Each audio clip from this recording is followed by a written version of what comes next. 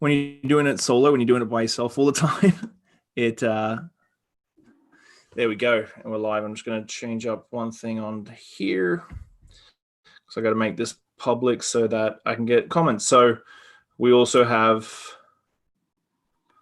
I also have another program that runs in the background that people can comment on the video as we go. Wow. And yeah, it's been fun learning all these new things. It's been a ton of fun learning all these new things, but it's been good. So yeah, it goes out on YouTube and Twitter and everywhere, and everybody can watch you and say hi. And then I just take the audio because everybody listens to it and takes in the podcast differently.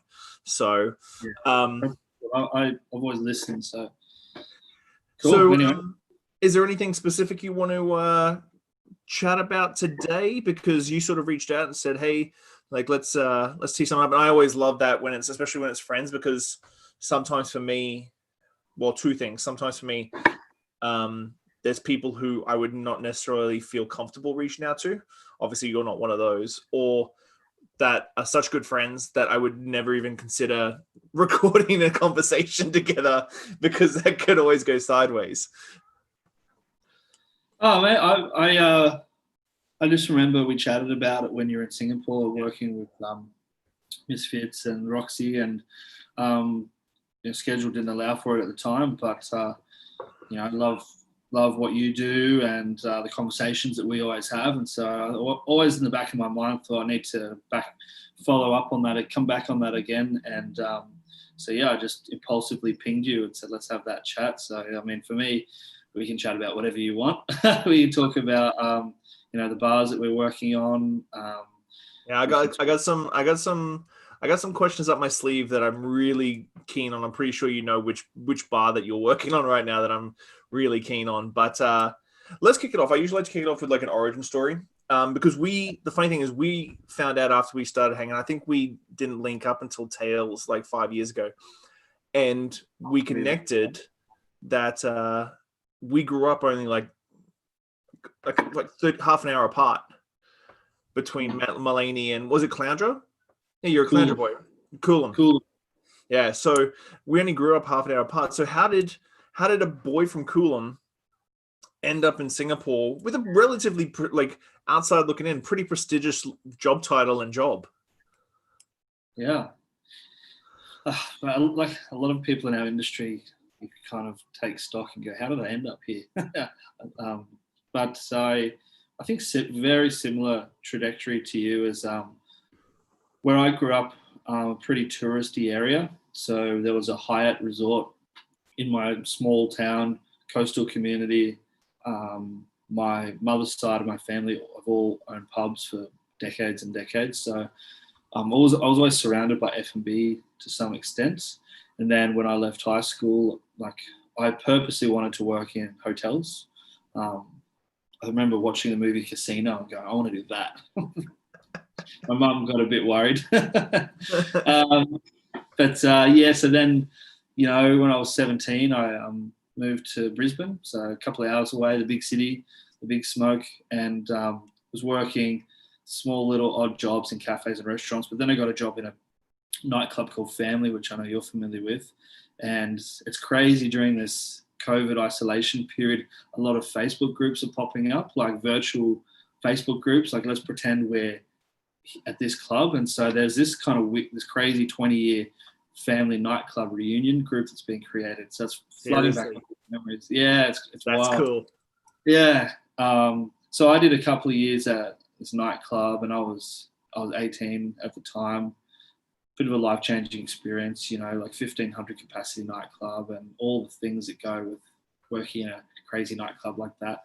And so, yeah, that got me really hooked into the bar side of things, and got promoted into the bar after a couple of years, and then moved down to Melbourne. I was in Melbourne for 8 years, and that's where I really kind of took off, I guess, going in cocktail competitions and inadvertently building a profile, and then working with Sven and Amber Almaning with Behind Bars was a bit of a career-changing thing. So I worked with them for a few years and on their alchemy training program. So really improved my public speaking and my knowledge, and I just pushed you to become a better bartender and educator and ambassador, and then I played a brand ambassador role with brands like Don Julio. I helped launch Don Julio and Tanqueray Number 10 and brands like that. And then the whole time opening bars and running in bars and doing all that kind of stuff, and just built it, and then just kept going up, I suppose. There was a big company in Sydney called the Keystone Group that had 15 odd venues at the time. They kind of reached out to me and they created a group bars manager role. So I took on that role, moved to Sydney for 4 years. How old were you? So that was 5. So that was about 10 years ago. So I would have been 26, 27. That's a tight trajectory. That's a quick and fast trajectory from family nightclub in Brisbane to the Keystone Group. Yeah, maybe a little bit more. So maybe 27, 28 or something like that. Yeah. What made you move to Melbourne though, from Brisbane?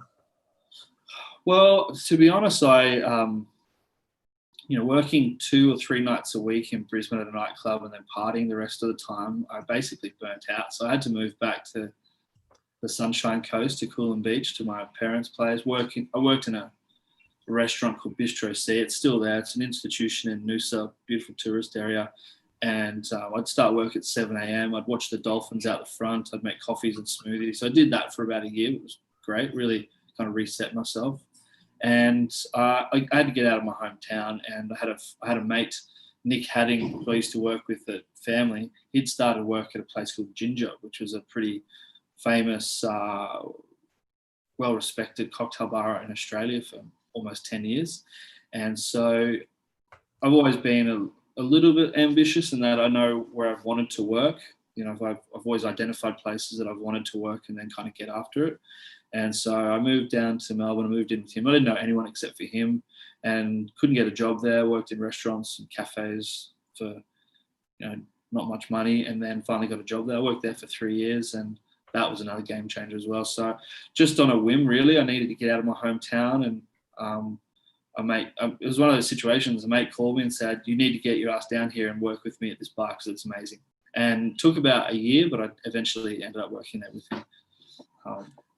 Fast forward back to the Keystone Group in Sydney and being with them. Obviously, having mentors like Sven, I had a live stream with Sven like a couple of weeks ago now. It's just an amazing, coming through the ranks in Australia. There's always a city, Sydney and Melbourne were always what it's like. You go to Brisbane, and Brisbane's a great scene, but Sydney and Melbourne are always that step a little above. What did you learn at the Keystone Group that sort of set your trajectory for the rest of APAC? So this was really the first time that I went out from working in the bar 4 or 5 nights a week to more of a group role. So just personal stuff like time management and improving some of my tech capabilities, I suppose. And just more, I guess, legitimate semi-corporate culture. And that's communication, that's presentation, that's,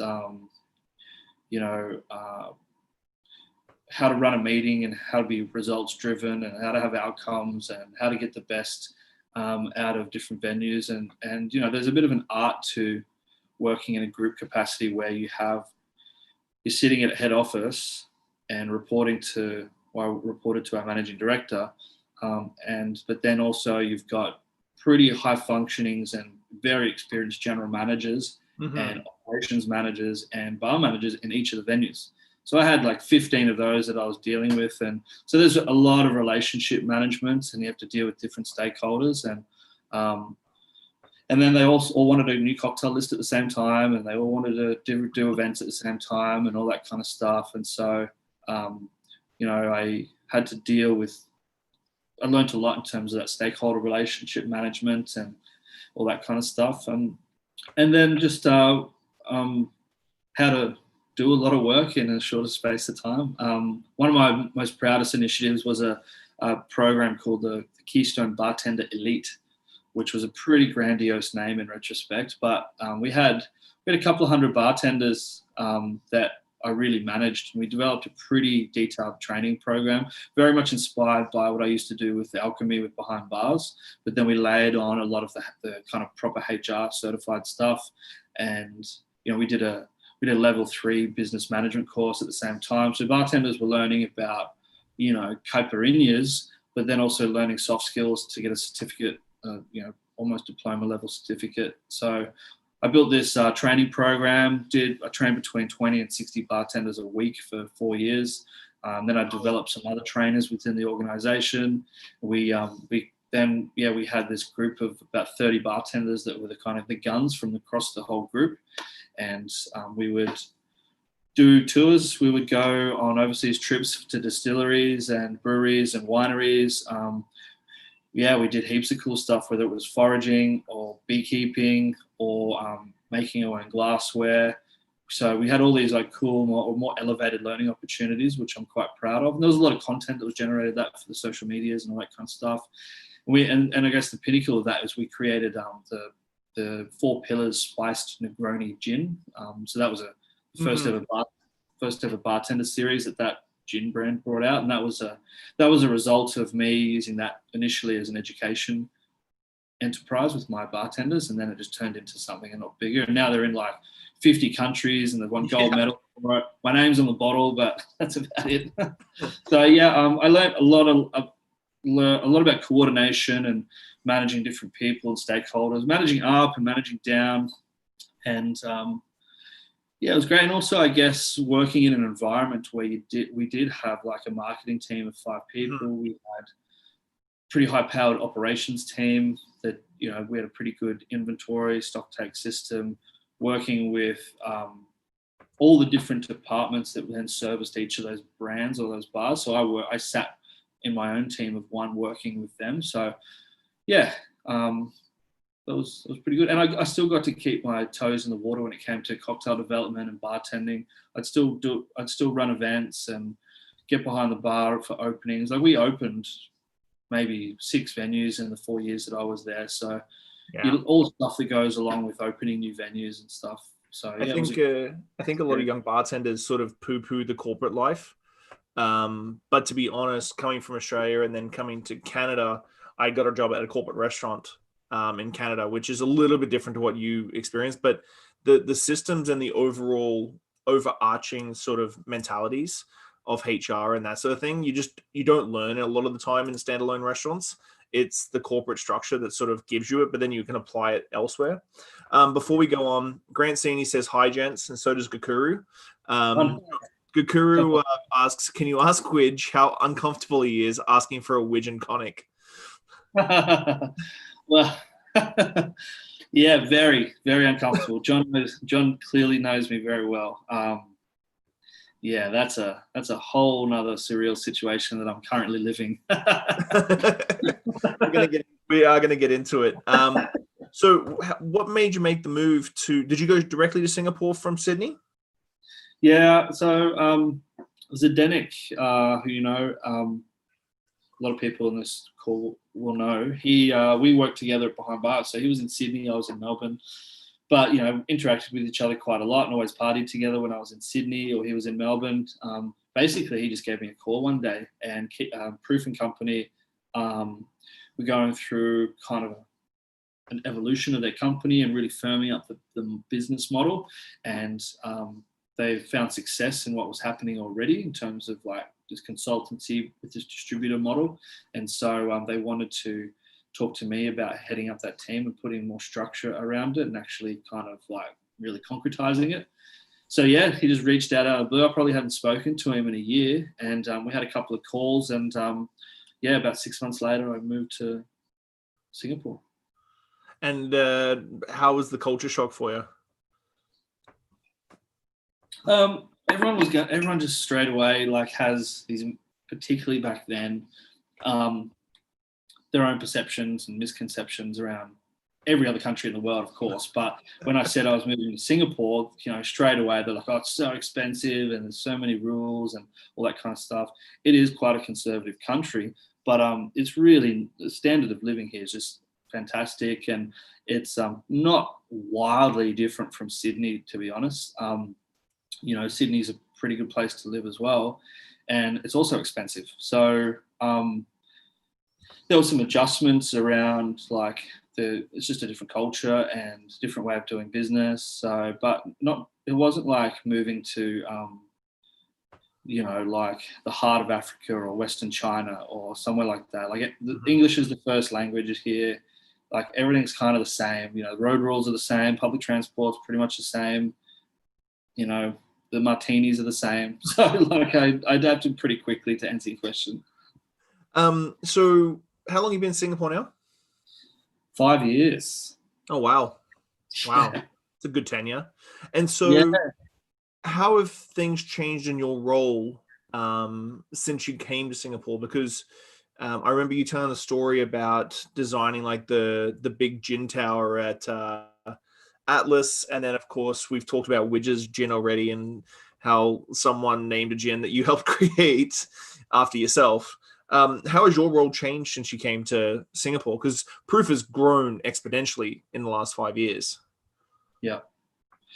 So when I started, the mission has always remained the same. We've just gotten bigger, as you know. We've started several other businesses in that time, but the mission was the same then, which is to kind of head up a small internal creative services agency, which would support our distribution business. And there was a proof of concept there because the Kui family in Singapore, I guess, contracted us to build Manhattan or conceptualize Manhattan and help bring that to life. And so we had used that as, I suppose, a proof of concept. And then I got brought in to take a leadership role with that particular team and then really nurture that team and take that part of the business forward. And yeah, we've built a lot of systems and evolved the team a couple of times now, to be honest. There's still a couple of people that have been with me from the start. But the amount of projects and the complexity of projects has definitely increased by tenfold. And our footprint's probably increased as well. So obviously when I started, we only had Singapore office and Hong Kong office.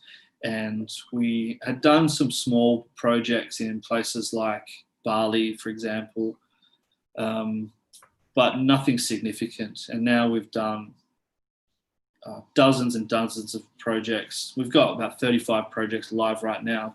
So we've probably done over 100 projects everywhere from a little bit in London to, the Indian Ocean to Australia, all throughout China, Korea, Japan, Southeast Asia. So the amount and the complexity of the projects, my team has increased, where we work, and the footprint's increased. And, all that means, extra complexity to my role, and my role's just kind of grown a lot more. I've taken more of a role in the business development and the financial side of things as well. When I first started, I just didn't work on that stuff. So my title is creative director, but a lot of my role is now more coordination, client relationship management, and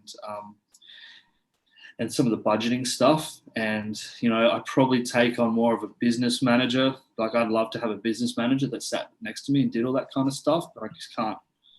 I can do it for the most part, so I can't make a business case for it now. Not like it isn't a business case quite yet. So yeah, it's just a lot more work. And we've just been lucky to get a good role on, and we've got a good track record of opening up pretty great places, and so that's just developed more business and more collaborations, which is pretty cool. And then of course the stuff that's outside of my core role in terms of heading up our consultancy part of the business has grown a lot too. So the education platform, in the beginning I was heavily involved with the content creation and helping build the structure of that. And then the spirit brands and eco spirits, and also, I sit on our leadership team. So whether it's, we're about to move our office, or whether it's initiatives to do with COVID and community-based initiatives, I'm constantly on different panels for that kind of stuff as well. So, as you grow and different businesses, you just kind of get pulled in different directions. So it was much simpler times when I started, put it that way. So we'll get into eco spirits in a bit because I'm curious about obviously Widges plus a few other things. But I think one of the biggest projects that was sort of a massive like holy crap when I think just after I left Singapore was in Myanmar, the original Pegu Club. Pegu Club. How do you pronounce it? Pegu? Pegu? Pegu Club. Sorry, So how did you get that? Like, how did that come to be? How did that even, because it hasn't been around for 65 years or something like that? Yeah, so I'll give you a quick backstory. I mean, we're not, unfortunately, we wanted to send out this big wild press release and just blast the world with it, but they told us to wait. So I forgot we were going to talk about it, but that's okay. I owe Dean Callan a conversation on this too. So if he's watching, Dean, hold tight. You can give me as much or as little information as you want. No, well, the thing is, I've already put it on my own social media a couple of months ago, I think. So, and you know, the Pegu Club is open, not the bar, but the actual parts of the property itself, the function. So, you know, check out the Pegu Club website. It's a beautiful building. But the backstory is, you know, the original was actually founded in 1870 in a different part of Yangon, which is formerly known as Rangoon, which is the capital of Myanmar, which used to be Burma. And it moved to its current site in 1882. And obviously, it's got all this dark colonial history and all that kind of stuff.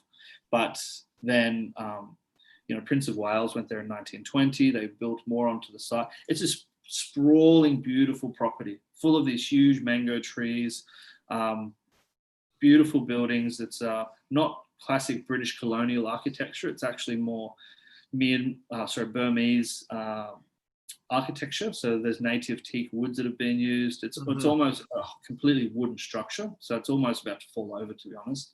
But then, yeah, World War II was pretty dark days, and so it was occupied by the Japanese. And then it basically, you know, Myanmar as a country has just gone through an immense amount of turmoil and military dictatorships and kind of their form of socialism, extreme socialism. And so they were closed off from the world, and different military juntas kind of took it over for a long period of time, and it just fell into disrepair. And then it was just closed in 1965. And so from 1965 until about 3 years ago, it was just nothing. It was just derelict. I think homeless people lived there and stuff like that.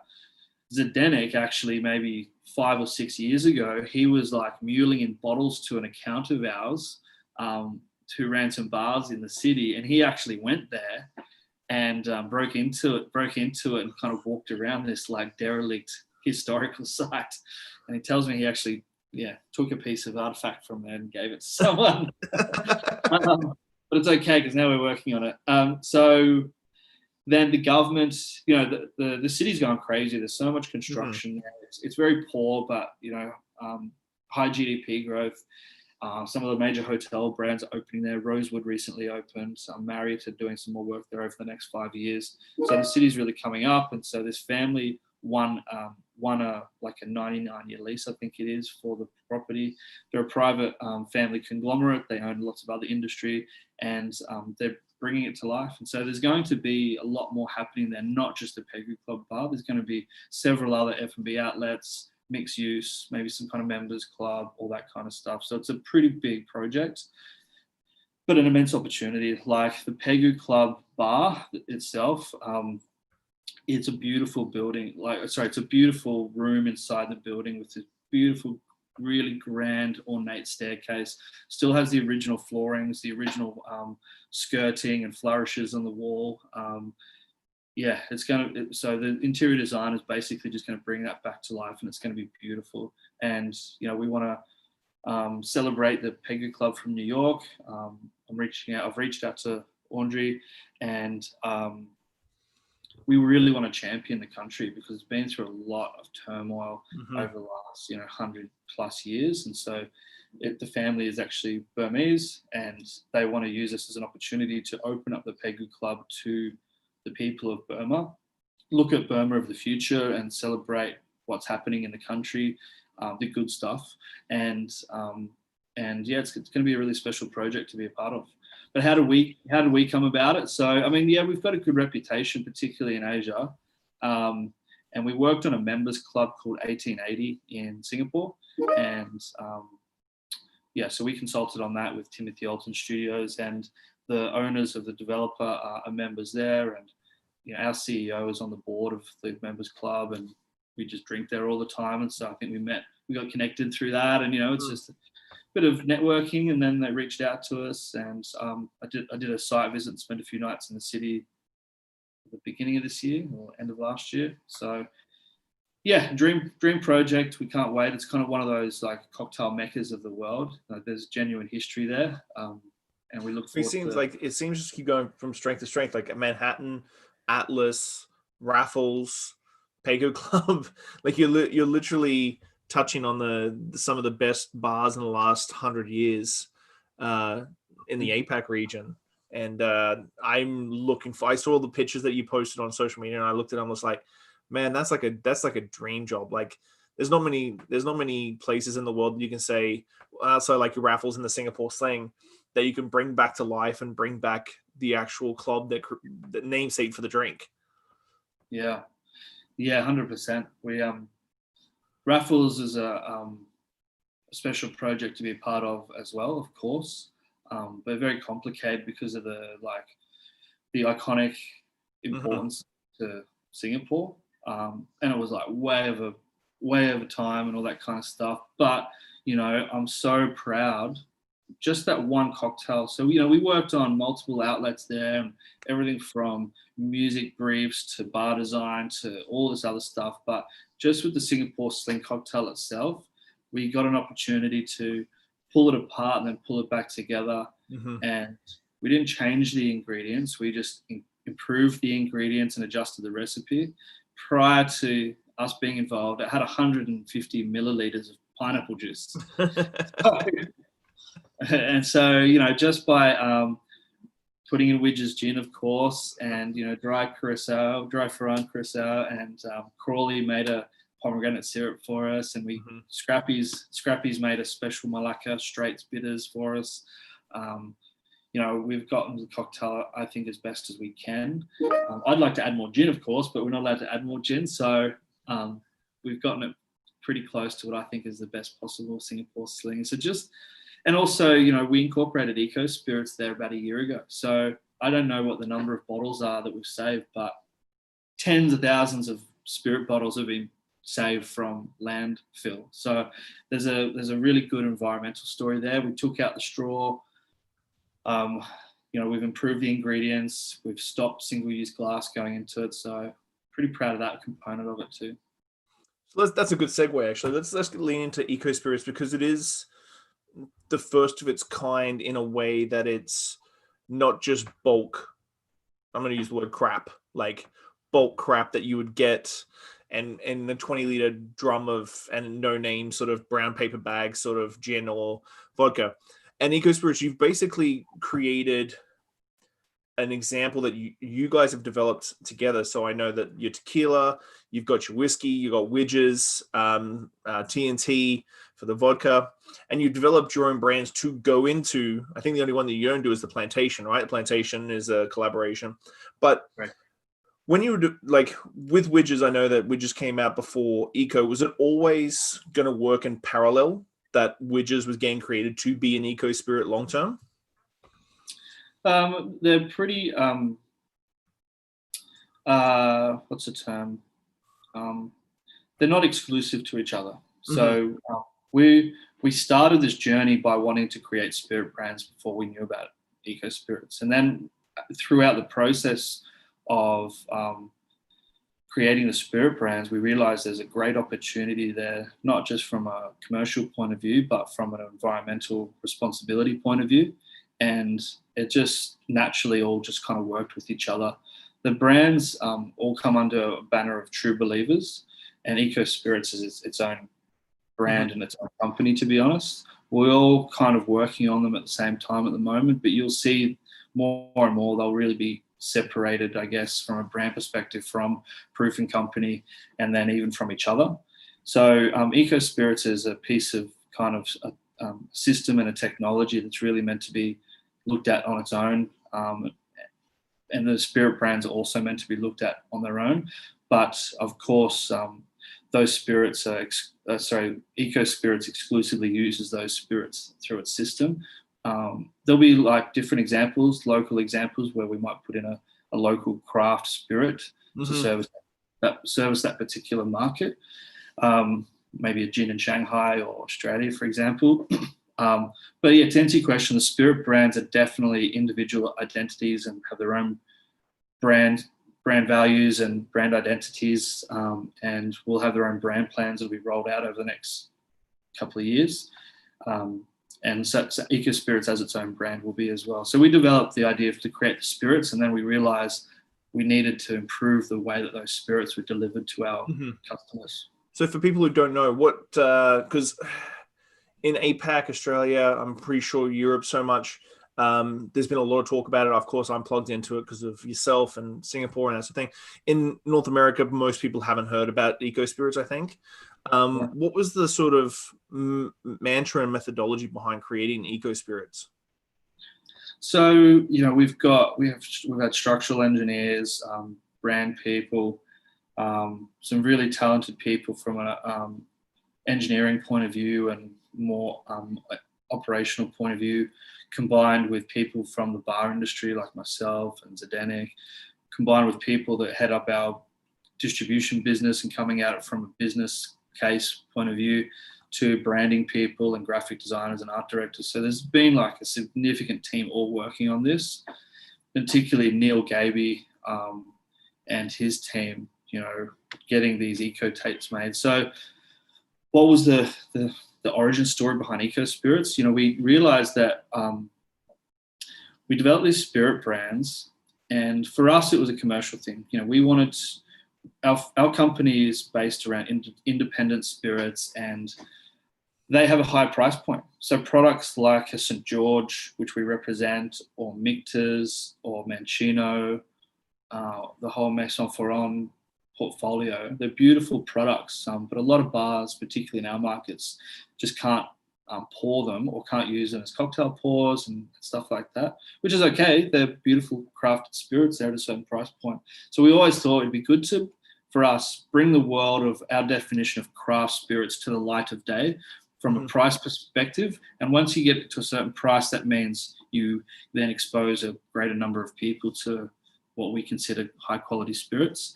And that's in the retail space and in the on-premise space as well. So that was our mission, to create something to get the price down. So create something special, we get the price down as low as possible. And that's always, Proof and Company have always come at the spirits industry with a different tact. You know, our co-founders didn't come from this industry, and so they came into it with completely fresh perspective, and that meant they were kind of bewildered by the concept of buybacks and AMP funds and brand positioning payments and all the other stuff that comes into the industry.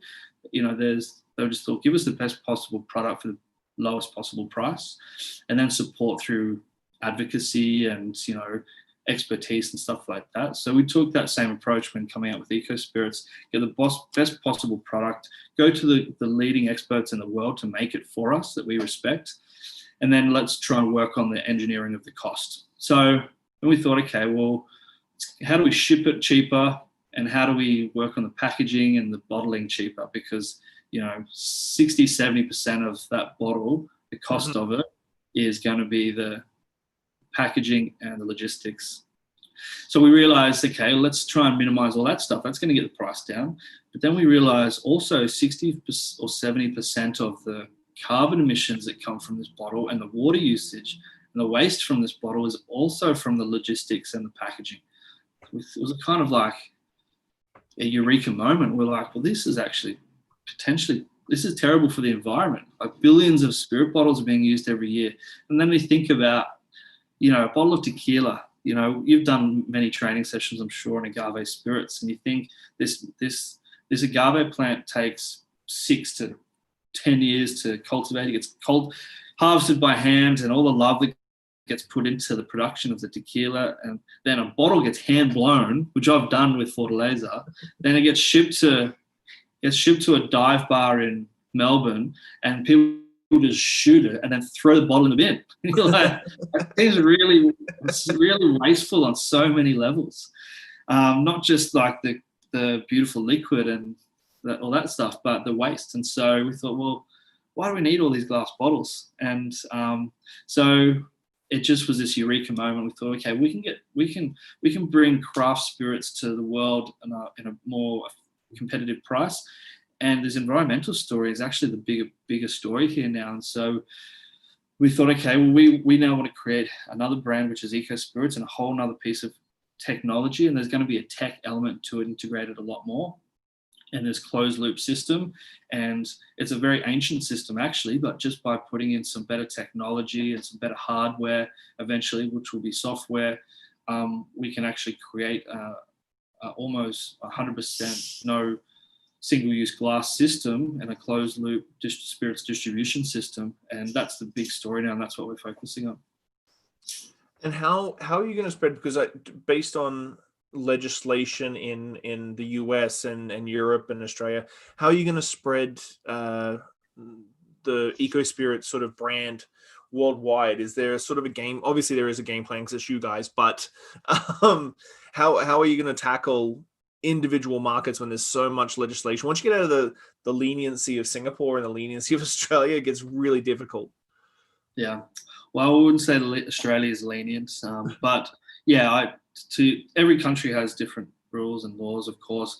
Zdenek has moved to Miami now, so he's kind of immersing himself in that stuff for North America particularly. But I mean, the plan for us is to create small little filling stations in our markets that we're servicing. So whether that's Bangkok, Singapore, Sydney, Melbourne, Brisbane, Shanghai, South China, River Delta, Pearl River Delta area.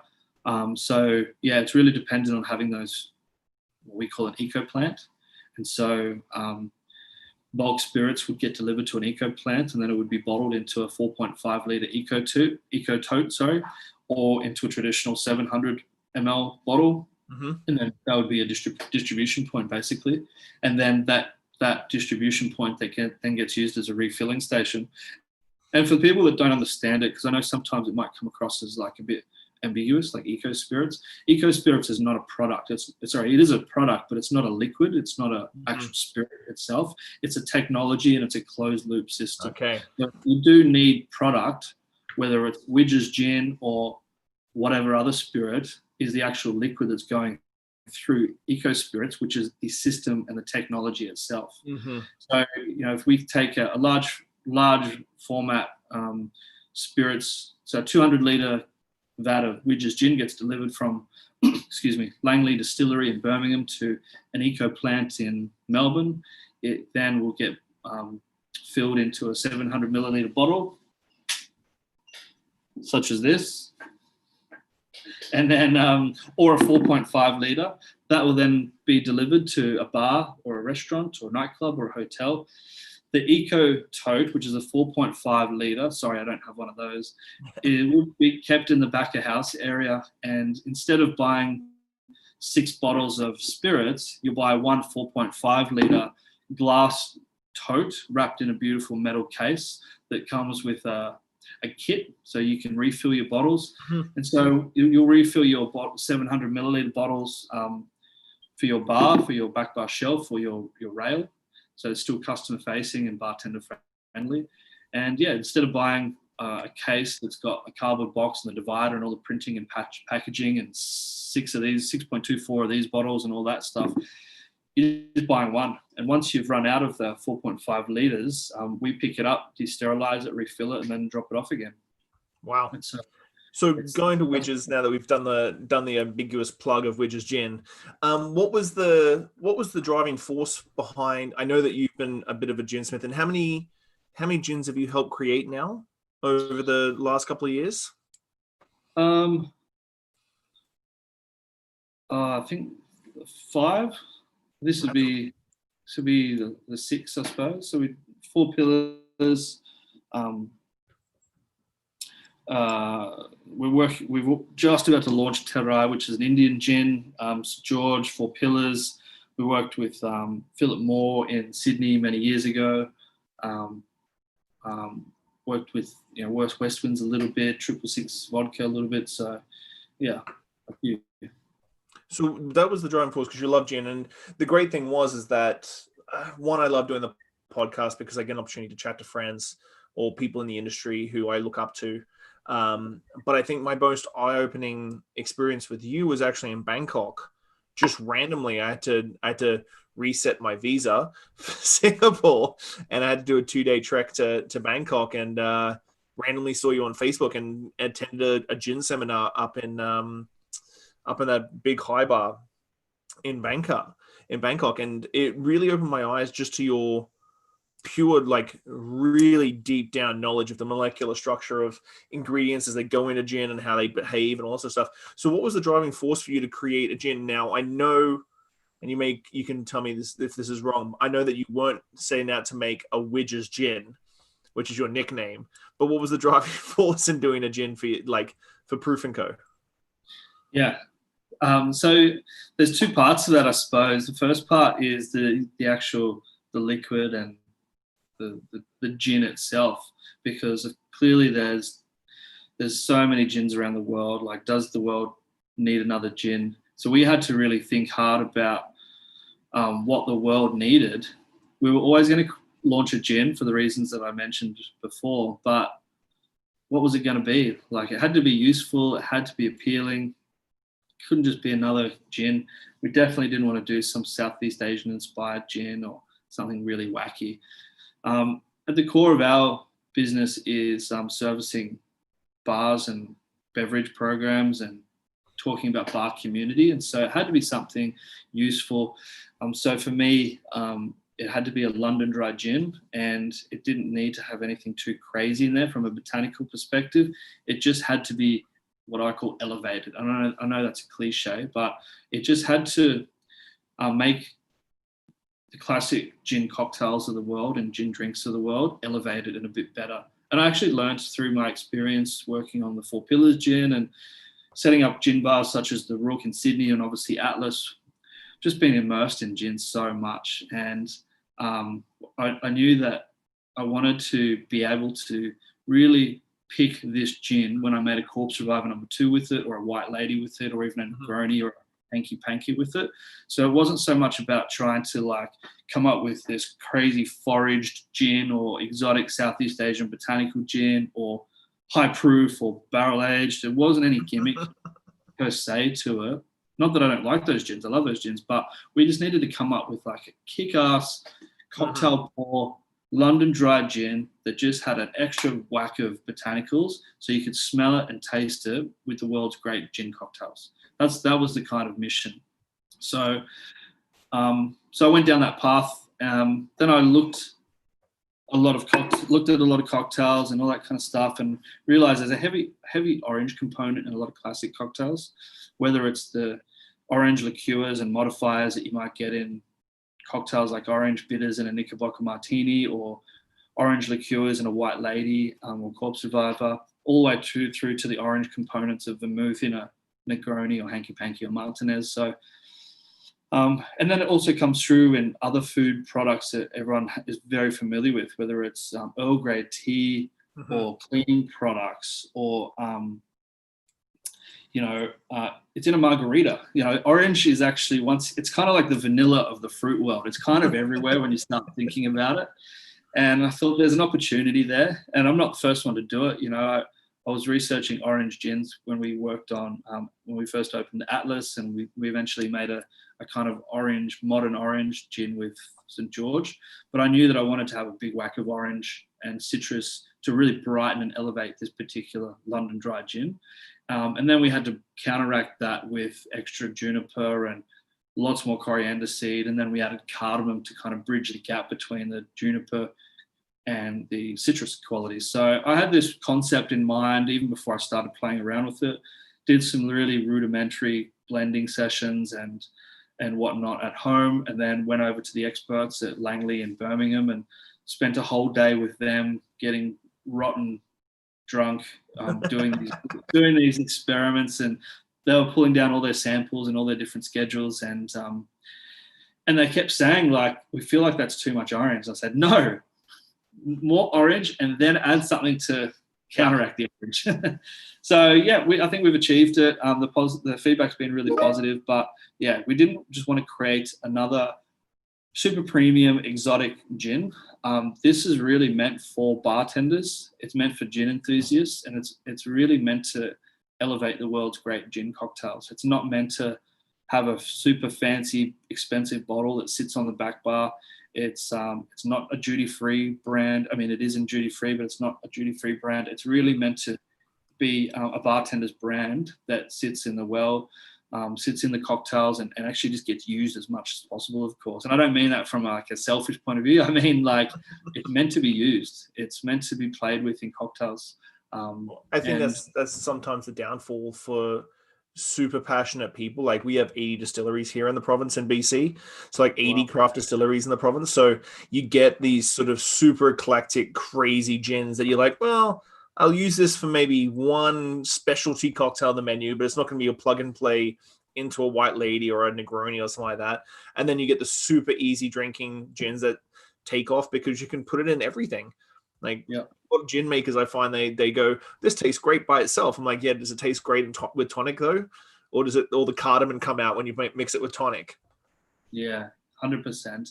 And we talk about these issues a lot at Atlas, because we have to kind of evolve our guidelines around what gins are allowed to go into the collection constantly, because so many of hybrid gins come out all the time. And I always say I don't want to poo-poo creativity, and I'm a champion for like hyper-local gins and using local ingredients and different production techniques and exotic botanics. I love all of it. But like you said, that as soon as you start going down that path, you start to really become niche and start to be like a special gin. And Widges is a special gin, but it's meant to work in as many great gin cocktails as possible. So where did the name come from? Yeah, so that's the second part of it. So people that know me know that I wouldn't just go, you know what, I'm putting Widges on a bottle of gin. And I think that's where John Gakura's question comes from, because he knows me well. So, you know, I did become the gin guy. When I was in Sydney, Cristiano Beretta and I set up a small little gin bar there called The Rook, and we had 80 gins, which is a lot of gins, but it's not a lot of gins compared to Atlas now. And I worked on some other gin brands, and I started to kind of specialize in that spirit category, I suppose. And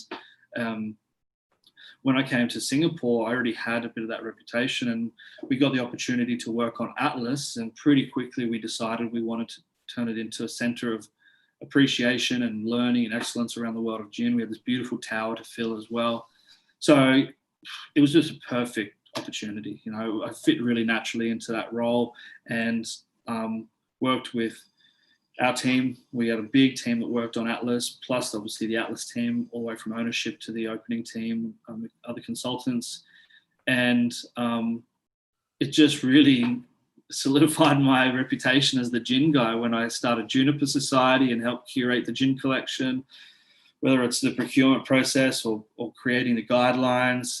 I did an immense amount of training and education for the staff, the consumers, lots of media. So for like 3 years, I was just so immersed with gin, particularly because of Atlas. So when our brand development team at True Believers were developing the brands for each of these spirit categories, because like you said, we have a tequila, we have a blended malt scotch, we have a tequila as well. They decided to name it after me. And so one day, Spencer Forhart, our co-founder and chairman, who was heading up the brand development, called me into his office and said, okay, because I'd been working on it pretty heavily already in terms of the liquid and, you know, where it was going to sit in the market and that kind of stuff. And he said, I've got some brand directions to show you. I said, great, can't wait to see him. What's his brand going to be? You know, and then he unveiled it, and it was Widges.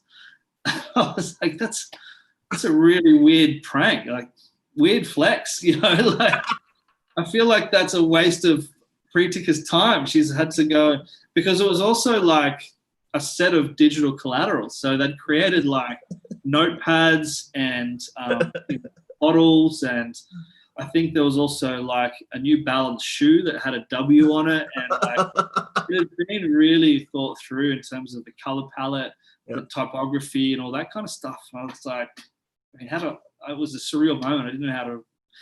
I thought it was a joke, and and so Spencer just said, it's a weird word. It has meaning for us as a company. You're an expert. You're considered an expert in that field. I come from a bartender background, and so I come from the bar world, and I come from the gin world, so to speak. And so it kind of made sense from that perspective, and also leveraging off some of our success with the consultancy and the bars that we'd opened and our education platform.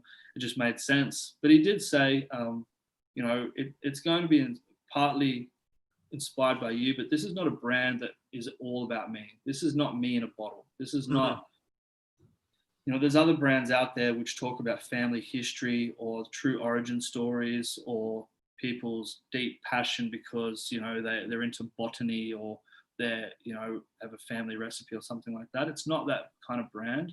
People always say Widges is actually spelt wrong because if I own this brand, it should have a comma. And I say, well, no, it's just the word Widges. And so it belongs to everyone. And so while it's named after me and it literally has my face on the bottle and my name on the Can you show everybody, because like my market's mainly in North America, can you show everybody the face on the bottle? I'm just going to go get a different bottle.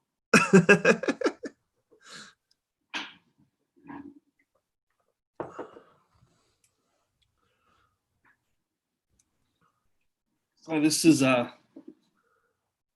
bottle there. It's so legendary, man. It's so awesome. So yeah, Spencer and Preetika, our super awesome and talented art director, built out the brand. So that was the name, and then I said yes, let's go for it. Like John alluded to, I'm still getting used to it, but the word itself is totally meant to transcend anything to do with me, to be honest. Like, it's fun, and it's kind of like there's a term, roman à clef, if I've pronounced it correctly, which is basically like a fictionized version of oneself. Yes. Like if you think of Fear and Loathing in Las Vegas, there's a biographical element to that book, but I'm sure not everything in that book happened. And so this brand is something similar to that, where it's in part references me, of course, and my love of gin and that kind of stuff, but it really is going to be its own brand and kind of run off on its own. So, but the guy on the bottle is not technically you. The guy on the bottle is Widge, and Widge has adventures all by himself. Correct. And honestly, his mustache is a lot better than mine. They got the hair on point, though. Yeah, I've had to grow it. I need to match the cartoon now. But, if in 10 years' time, people pick up a bottle of Widges, they don't have no idea who I am. And that would be great success, because the name will become its own brand, of course. So, yeah, that's where we went. And then, we've got some awesome, fun ideas around what to do with the actual brand, which is a little bit of an extension of myself. But then we're really developing the brand world a lot more now. So, you'll notice, the typography here and some of the color palette is a little bit kind of this cinematic Wes Anderson kind of aesthetic, and we're going to build out more. And the on-trade activation or activity will revolve around exploring different quirky pastimes and hobbies. So we're going to get bartenders to learn the harmonica, and we're going to get bartenders to learn how to do life drawing, and just just random quirky stuff to get bartenders from out of the bar, of course, with a cocktail in hand at all times. But Widges is going to be this kind of this cinematical, whimsical, fun brand that is, it kind of comes from, why did we create a gin? Because there's already gins. It's like, why would you learn the harmonica? Because it's a new life skill, and it's fun, and it's a craft. Why would you learn? I always like meeting bartenders that have got these quirky little pastimes, and we're gonna focus on that with Widges as a brand. Nice. So I don't want to take up more of your time, because I know that while you are at home, I want you to keep your productivity going. What's the plan for the next 6 to 12 months for you, Proofing Company, and the APAC region? So more of the same, to be honest. We've got Well, first of all, we're in a really tough position at the moment, just like everyone around the world. So the main focus for our whole company will be to supporting the community and supporting bars. We've got an initiative called Blue Ocean that's been launched in Australia, which we're using some little mechanisms to support bars. We'll continue to support the bar community and bar industry as much as possible. So that will be a big focus. And then just building our business back as well, because we're taking a huge hit. And so that will be the focus in the next 6 to 12 months. From my perspective, we've got a pipeline of amazing bar projects happening right now. They've all been delayed, of course. One of my team members, Bobby, posted about a rooftop bar that we're opening in Bangkok. We've got a beautiful bar opening here at the Ritz-Carlton in Singapore. Beautiful bar opening at the Four Seasons in Tokyo. Brand new build at the Otomachi. We've got a beautiful Australian-inspired cocktail bar opening in Hobart at the end of the year. So we've got about 10 significant openings happening in the next 6 to 12 months. Wow. Four Seasons in Bangkok as well. Melbourne, next hotel in Melbourne. So yeah, we've got a lot of openings that are coming up. So we're concentrating on the development of those. Building out a next 3-year plan for my team and see what the next evolution of my consulting team is, and then take Widges to the world. So nice. Yeah, eco spirits and Widges for us would be a big focus. So all the spirit brands for me and my team would be just opening and executing some more world-class bars. Nice. Well, I really thank you for your time, man. I appreciate you reaching out, because it's always nice to get a little tap on my shoulder and go, Soole, you forgot about me. And I just like catching up, and especially for what I class as a place that I would probably move if I was a single man, would be definitely Singapore. It's an absolutely spectacular country, and I really do miss it quite a lot of the times. Yeah, well, we'd love to have more people come out here. It's tough times at the moment with not people doing it tough personally, and probably travel's not on the top of the agenda, but we love hosting people in Singapore and showing off the more, traditional local stuff, like the culinary side of it and cultural stuff, but also obviously taking them to beautiful bars and restaurants and whatnot. So I'm always up for a martini with someone. So anyone who's listening or watching, please reach out to Shawn, whoever, and ping me, and we'll go for a martini at Atlas or an old-fashioned at 28 Hong Kong Street. Done, which I don't think I did either with you while I was there for the fucking 4.5 months I was there. Really? We didn't do... No, didn't think we did. Oh, shit.